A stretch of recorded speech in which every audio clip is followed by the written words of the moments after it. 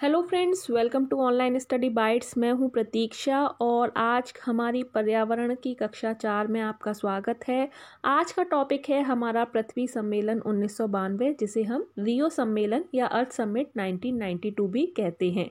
तो most important topic है, आपको क्वेश्चन एग्जाम में देखने को मिल सकता है, तो इस टॉपिक को ज़रूर पढ़ें। वीडियो अच्छा लगे तो लाइक करें, चैनल को सब्सक्राइब नहीं किया है तो सब्सक्राइब कर लें और बेल आइकन पर प्रेस करना ना भूलें, जिससे कि आपके एग्ज़ाम से संबंधित जितने भी वीडियोस अपलोड होंगे उनका नोटिफिकेशन आप तक पहुंचता रहे। तो चलिए स्टार्ट कर लेते हैं। और अगर वीडियो अच्छा लगे तो कमेंट करके ज़रूर बताएं। कोई भी डाउट हो तो कमेंट में पूछ सकते हैं। तो चलिए स्टार्ट कर लेते हैं हमारा नया टॉपिक, पृथ्वी सम्मेलन। हे लर्नर्स, अगर आप सीटेट की तैयारी कर रहे हैं तो आप अनअकैडमी के साथ जुड़ सकते हैं। अनअकैडमी के साथ जुड़ने पर आपको ऐसे फीचर्स मिलते हैं जो आपकी तैयारी को और बेहतर बना सकते हैं। तो आप स्क्रीन पर देख सकते हैं कितने सारे फीचर्स आपको मिलते हैं अगर आप अनअकैडमी के प्लस को ज्वाइन करते हैं। तो आपको बस अनअकैडमी लर्निंग ऐप ज्वाइन करना है। वहाँ पर आपको काफ़ी सारे कोर्सेज देखने को मिलेंगे जो फ्री भी हैं और कुछ पेड भी हैं। तो आप किसी भी कोर्स को ज्वाइन कर सकते हैं। इसके साथ ही आप लोगों के लिए एक इम्पॉर्टेंट इन्फॉर्मेशन है कि आप सीटेट जनवरी 2021 का कोर्स ज्वाइन कर सकते हैं, जो कि 21 दिसंबर से स्टार्ट हो रहा है। और इसमें जो प्रिपरेशन करवाई जाएगी, जो प्रिपरेशन स्ट्रेटेजी है, वो PYQs के द्वारा है, यानी कि प्रीवियस ईयर क्वेश्चंस के द्वारा आपको इस कोर्स की तैयारी करवाई जाएगी। इंडिया के टॉप एजुकेटर्स जो सीटेट की तैयारी काफ़ी टाइम से बच्चों को करवा रहे हैं, वो आप लोगों के सब्जेक्ट की तैयारी करवाएंगे। तो आप स्क्रीन पर देख सकते हैं उन टॉप एजुकेटर्स के नाम, और कौन सा एजुकेटर किस सब्जेक्ट की तैयारी करवाएगा ये भी आप स्क्रीन पर देख सकते हैं। इस कोर्स का जो लिंक है वो आपको डिस्क्रिप्शन में मिल जाएगा। इसके साथ ही आप लोगों को बता दूं कि आप मेरा रेफरल कोड यूज़ करके किसी भी फ्री कोर्स को अनलॉक कर सकते हैं, किसी भी लाइव क्लास को, टेस्ट को, क्विज को अनलॉक कर सकते हैं। अगर आप पेड सब्सक्रिप्शन ले रहे हैं तो उसमें भी आप 10% का डिस्काउंट पा सकते हैं। तो बस आपको मेरा रेफरल कोड यूज़ करना है, जो कि है प्रतीक्षा टेट। जैसे लिखा है वैसे ही लिखना है, स्पेस नहीं देना है, प्रतीक्षा टेट। और आप इसको लिखकर 10% का डिस्काउंट और किसी भी फ्री कोर्स को अनलॉक कर सकते हैं। आप देख सकते हैं अगर आप सब्सक्रिप्शन लेते हैं तो आप 1 month, 3 month, 6 month, 12 month, 24 month किसी का भी सब्सक्रिप्शन ले सकते हैं। और आपको बस एक बार सब्सक्रिप्शन लेना है और आप किसी भी कोर्स की तैयारी कर सकते हैं। India's best educators for all subjects, all batches, 1 subscription. Thank you. Stockholm सम्मेलन की 20वीं वर्षगांठ मनाने के लिए 3 से 14 जून 1992 को ब्राज़ील के रियो डी जेनेरियो शहर में पृथ्वी शिखर सम्मेलन का आयोजन किया गया था। इसीलिए इसे रियो सम्मेलन भी कहते हैं, क्योंकि ये रियो डी जेनेरियो, जो कि ब्राज़ील की राजधानी है, वहाँ पर हुआ था।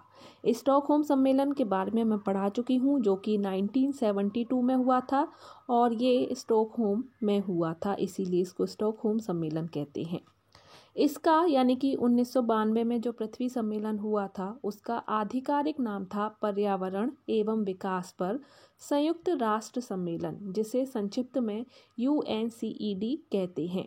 यानी कि UNCED का मतलब है United nation conference on earth and development.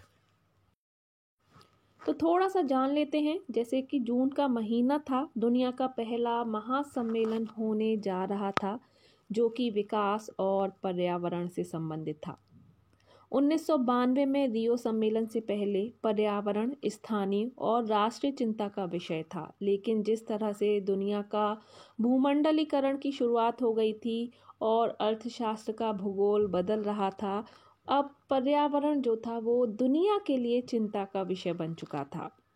इससे पहले पर्यावरण के बारे में इतना ज़्यादा डीपली नहीं सोचा जाता था। दुनिया का कोई भी औद्योगिक देश कार्बन उत्सर्जन करे, नुकसान तो धरती को ही होगा। और धरती ऐसी चीज़ है जहाँ पर सारे ही देश बसते हैं। ये नहीं कि जहाँ पर सिर्फ कार्बन उत्सर्जन हो रहा है तो वहीं ज़्यादा नुकसान होगा, असर सब पर पड़ने वाला था। इसीलिए रियो को दुनिया का पहला सम्मेलन कहा जाता है, जिसमें सभी देश एक साथ चिंतित दिख रहे थे। इससे पहले स्टॉकहोम सम्मेलन हुआ था, लेकिन वो इतने बड़े लेवल पर नहीं हुआ था जितने बड़े लेवल पर दुनिया का ये पहला महासम्मेलन, जिसे पृथ्वी सम्मेलन कहा जाता है, ये हुआ था। सम्मेलन में 3 मुद्दों पर विस्तृत चर्चा हुई और इसीलिए इन चर्चाओं को थ्री सिस्टर्स कन्वेंशन कहा जाता है, या फिर कह सकते हैं इस सम्मेलन के द्वारा थ्री सिस्टर्स कन्वेंशन की उत्पत्ति हुई, जिसमें पहला था जलवायु परिवर्तन पर फ्रेमवर्क कन्वेंशन, यानी कि UNFCCC, जिसे हम कहेंगे United nation framework convention on climate change. यह जलवायु परिवर्तन पर एक अंतर्राष्ट्रीय संधि है और इस संधि का उद्देश्य वैश्विक ताप वृद्धि में कमी लाने के लिए जो ग्रीन हाउस गैस हैं उनके उत्सर्जन में कमी लाना है। यह 21 मार्च 1994 से कार्य करने लगा, यानी कि लागू हुआ, और इसे 197 देशों ने सत्यापित किया। वे 197 देश जिन्होंने इसे सत्यापित किया उन्हें पार्टीज टू द कन्वेंशन कहते हैं।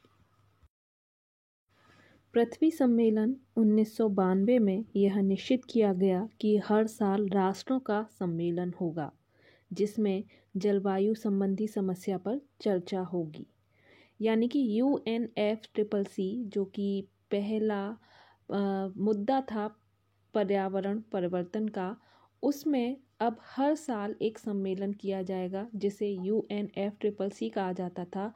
अब उस सम्मेलन को कॉप कहा गया। COP means conference of party. Hot spot का विचार भी पृथ्वी सम्मेलन में दिया गया। हॉट स्पॉट के बारे में मैं अलग से वीडियो बनाऊंगी, तो आप अभी बस ध्यान रखें कि हॉट स्पॉट का विचार किस सम्मेलन के अंतर्गत दिया गया। पृथ्वी सम्मेलन 1992 के अंतर्गत। पृथ्वी सम्मेलन के अंतर्गत जो दूसरा मुद्दा था वो था जैव विविधता पर सम्मेलन, यानी कि CBD convention on biological diversity. 1980 के दशक में UNEP के जो सदस्य थे, यूनेप के जो सदस्य थे, उन्होंने जैव विविधता के संरक्षण से संबंधित कार्य पर एक विस्तृत ड्राफ्ट बनाया, जिसे 1992 के पृथ्वी सम्मेलन में विभिन्न देशों के प्रतिनिधियों के सामने हस्ताक्षर के लिए रखा गया, और यही हस्ताक्षरित अंतर्राष्ट्रीय समझौता जैव विविधता पर सम्मेलन कहलाया। तीसरा जो मुद्दा था वो था मरुस्थलीकरण को रोकने हेतु कन्वेंशन।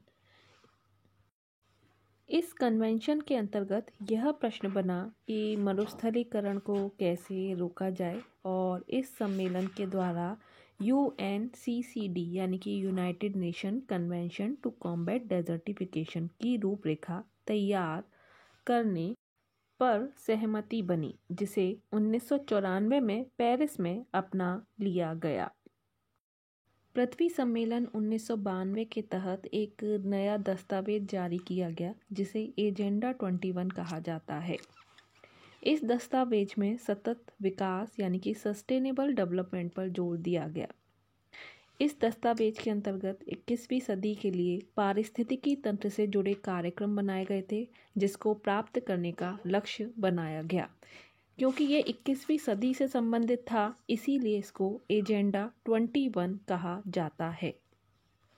जो हमारा आज का टॉपिक था रियो सम्मेलन, पृथ्वी सम्मेलन 1992, तो वो यहाँ पर एंड होता है। उम्मीद करती हूँ आज की जो जानकारी है वो आपको अच्छी लगी हो, तो प्लीज़ लाइक ज़रूर कीजिएगा, शेयर कीजिएगा, और अभी तक सब्सक्राइब नहीं किया है तो सब्सक्राइब करके बेल आइकन पर प्रेस करना मत भूलिएगा। तो नेक्स्ट वीडियो में नेक्स्ट टॉपिक के साथ मिलते हैं। अभी के लिए इतना ही। कोई भी डाउट है तो आप कमेंट में ज़रूर लिखें। वीडियो कैसा लगा इसे भी हमें बता सकते हैं कमेंट में लिखकर। तो अभी के लिए thanks for watching and bye bye.